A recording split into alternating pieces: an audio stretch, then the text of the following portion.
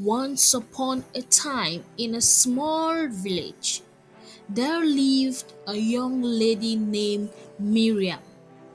Miriam was known throughout her neighborhood for her kindness, her unwavering faith, and her strong belief in Jesus Christ. She lived with her parents in a modest house. Her life was centered around the small local church in the village, a humble building where the people gathered to pray, sing, and read the Bible. Miriam's church was simple, but to her it was full of warmth and the presence of God.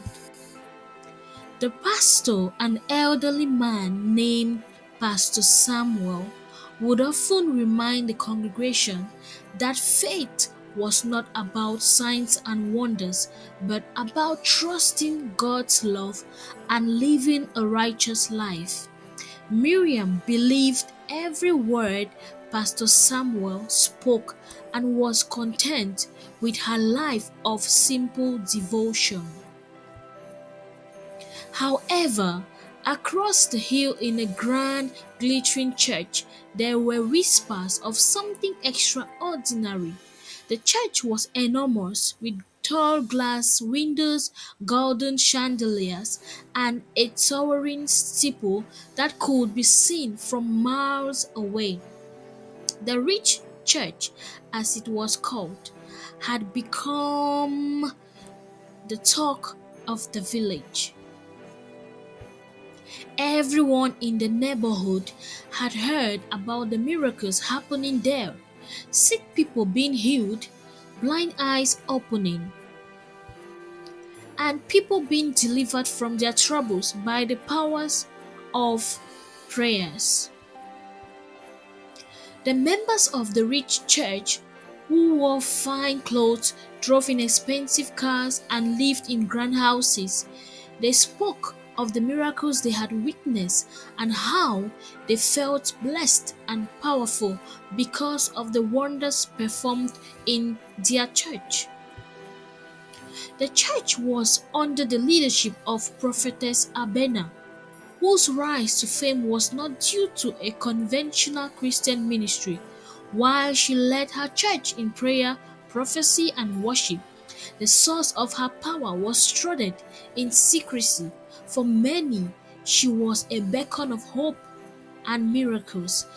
Behind her breathtaking exterior and eloquent sermons lay a dark and ancient power drawn from the occultic kingdom. Every month she renewed her bond with this shadowy realm, fulfilling the terms of a sinister covenant that she had made long ago. Miriam's friends, who had recently started attending the church, would often come to visit her, brimming with excitement. Miriam, you should come with us. There is a miracle happening every week. People are healed, prayers are answered instantly, and the atmosphere is filled with the Holy Spirit. Our church is truly blessed by God, they would say eagerly. But Miriam remained unmoved. I am happy here with a small church and my pastor. God is with us, and I believe in His word. I don't need grand miracles to know He is real, she would reply gently. Her friends, however, will not stop. You don't understand, Miriam. Don't you want to see God's power in action? Don't you want your life to change in amazing ways? They would ask. They went on to tell her the stories of miraculous healings, prophecies that came true, and people who had been transformed overnight. One evening, Miriam was sitting by the window of her house, staring at the bright light of the church in the distance. Her heart began to waver. Perhaps her friends were right. Maybe she was missing out on something extraordinary. After all, wasn't God's power supposed to be seen? Wasn't she supposed to feel the miraculous touch of his hands?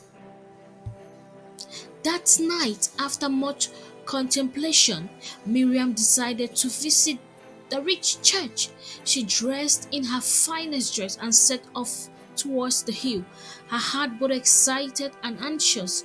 She wondered what she would find. As she entered the grand church, her eyes widened at the sight of the large congregation, the sparkling decorations, and the music filling the air. As the service moves on, she saw people shouting praises, some even speaking in tongues, while others fell on the floor, overcome by the Spirit. Miriam watched in awe as she witnessed the blind eyes opened. One by one, people stepped out and they were prayed over. Some fell to the floor, some shouted in joy. But as Miriam sat down, she felt an unease in her heart. It was not the miracles or the excitement that troubled her, but something deeper. She realized that despite the noise, the grand building, and the many wonders, she did not feel the deep peace and love of God that she had always known.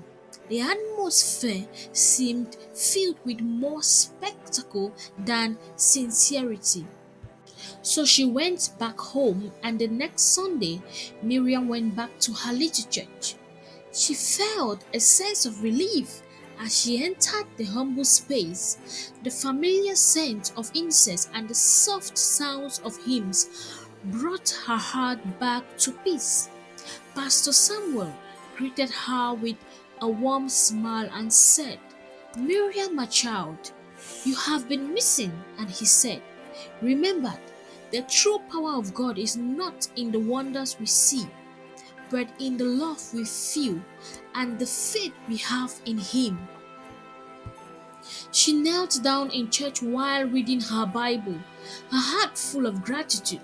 She realized that the miracles she had been seeking were already present in the quiet moments of her faith, in the way she cared for others, in the prayer she whispered in the quiet of the night, and in the small blessings that filled her life each day. She didn't need grand displays or riches, she needed a relationship with God. As for Prophetess Abena, every month she was bound to present souls to the occultic kingdom. All those who had been healed, blessed, or spiritually transformed by her miraculous powers. As she brought more people into the fold, she solidifies her place in the unseen spiritual world. Many of her followers didn't understand the implications of their healings. Once healed, they were unknowingly drawn into the occultic grip, becoming part of the invisible kingdom that Abena served. Abena's wealth was another testament to her success. She lived in a sprawling mansion on the outskirts of the city, with an entourage of assistants, drivers, and servants. She wore jewelry that sparkled like diamonds, and her every move seemed to be watched by hidden eyes. Her church was a well oiled machine with constant donations flowing in from those who sought miracles. There were stories of wealthy businessmen who had given their fortunes after Abena healed their sick children or cured them of incurable diseases. The wealth she amassed went into expanding her ministry, creating a lavish empire of wealth, influence, and power. The miracles she performed were beyond the ordinary. People came from far and wide to witness her extraordinary abilities. One of the most well known miracles was a young lady dead who came back to life. Desperate for healing, the lady's family had heard rumors about Prophetess Abena's miraculous abilities. When she was brought to the church, Abena prayed for her and uttered words that only those initiated in the occultic would understand. Within minutes, the lady jerked back to life. The crowd gasped in awe. Her family was overjoyed, but what they did not realize was that their daughter had unknowingly become a pawn in the kingdom Abina served. Abina had an entourage of spiritual forces who stood behind her when she preached. Her personal occultic bodyguards. They were never seen by the average churchgoer, but those sensitive to the spiritual force could feel their presence. When Prophetess Abena speaks, these spiritual beings would echo her voice to the unforeseen realm, magnifying the power of her words and ensuring that her miracles would come to pass. One particularly striking miracle occurred when a woman named Mensa entered the church with a baby suffering from a rare skin disease that the doctors had called untreatable. The child's skin was covered in painful burns, and the family had given up hope of finding a cure. When Abina prayed for the baby, the child's skin cleared up in an instant. The family rejoiced, but Abina knew that this healing came with a price. The child's spirit will now belong to the occultic kingdom. Abina's powers weren't limited to healing alone. She could also summon visions, prophesy, and even speak into the future with uncanny accuracy. A prominent businessman, Ernest, had consulted her about his business, and she foretold a series of prosperous ventures that were to come. After following her advice, Ernest became one of the wealthiest men around. He never questioned the source of Abina's wisdom, believing it was purely divine. Abina's beauty was legendary. She was often praised for her radiant skin, glowing with a supernatural sheen that made it almost impossible for anyone to look away when she entered a room. Her full lips were often painted, and her eyes, framed by long thick lashes, seemed to possess an otherworldly depth. She had the grace of a queen, yet there was an underlying darkness in her presence that those who were sensitive to the spiritual realm could feel but could not explain. Her sermons were captivating with every word she spoke. A deep and resonating voice echoed through the church, seemingly amplified by the unseen forces behind her. It was said that when she preached, her voice held the weight of ancient powers. The faithful flocked to her, drawn in by the promises of wealth, health, and success, not realizing that they were unknowingly stepping into a spiritual snare.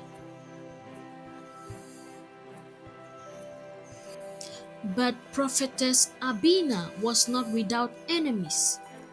The youths in the church would whisper in the shadows of those who knew the truth about her power and wanted to expose her.